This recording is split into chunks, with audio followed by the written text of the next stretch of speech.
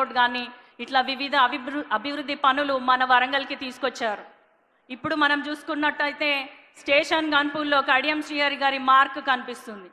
దాదాపు 20 ఏళ్ల నుంచి స్టేషన్ గన్పూర్లో ఎటువంటి అభివృద్ధి లేకపోయినా కేవలం సంవత్సరంన్నర కాలంలో ముఖ్యమంత్రి గారి ఆశీర్వాదం వల్ల, తన చొరవ వల్ల, తన తోడ్పాటు వల్ల కూడా 800 కోట్ల వరకు అభివృద్ధి పనులకి ఈరోజు మనం అందరం చూస్తున్నాము, శంకుస్థాపన చేశారు.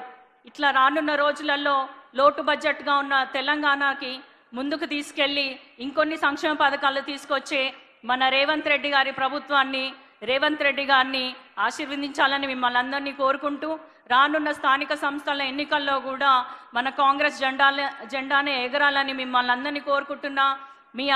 మీ ఆశీస్సులు ఇలాగే ఉండాలి, మీ ఆశీర్వాదం ఇలాగే ఉండాలని కోరుకుంటూ అవకాశం ఇచ్చిన ప్రతి ఒక్కరికి కూడా పేరు పేరున ధన్యవాదాలు తెలియజేసుకుంటూ